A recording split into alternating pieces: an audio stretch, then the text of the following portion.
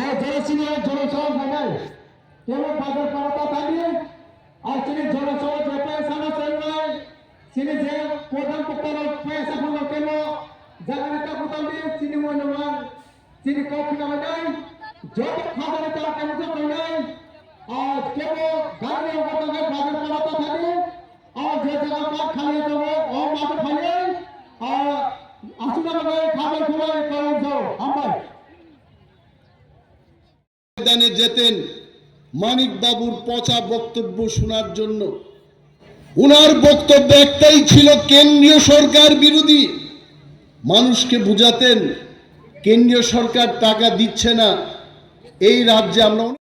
আর এটা যখন ঘুম লাগলো 2018-তে দেখলো তাদের জমি নিচে মাটি নিচে জমি সেটা চলে গেছে, ভূমিকম্প হয়ে গেছে।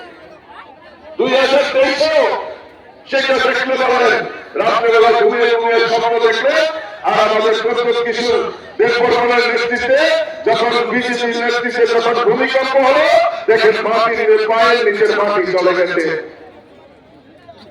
তাদের এই অবস্থা হবে, এই অবস্থা আমাদের ত্রিপুরা রাজ্যের মানুষ তৈরি করে দিয়েছে। এই রাজ্যের জনজাতিদের বিকাশের জন্য আপনারা বুকে হাত দিয়ে বলেন তো এখানে আমার জনজাতি মায়েরা বোনেরা অধিক সংখ্যক এখানে আপনারা অবস্থান করছেন, আপনারা অবস্থান করছেন। বলুন তো এই 25 বছরের জনজাতি ছাত্রছাত্রী হোক, জনজাতি রমণী হোক, জনজাতি মহিলা হোক, তাদের জন্য এই সিপিএম 25টা বছরের কোনো পরিকল্পনা করা ঠিক না।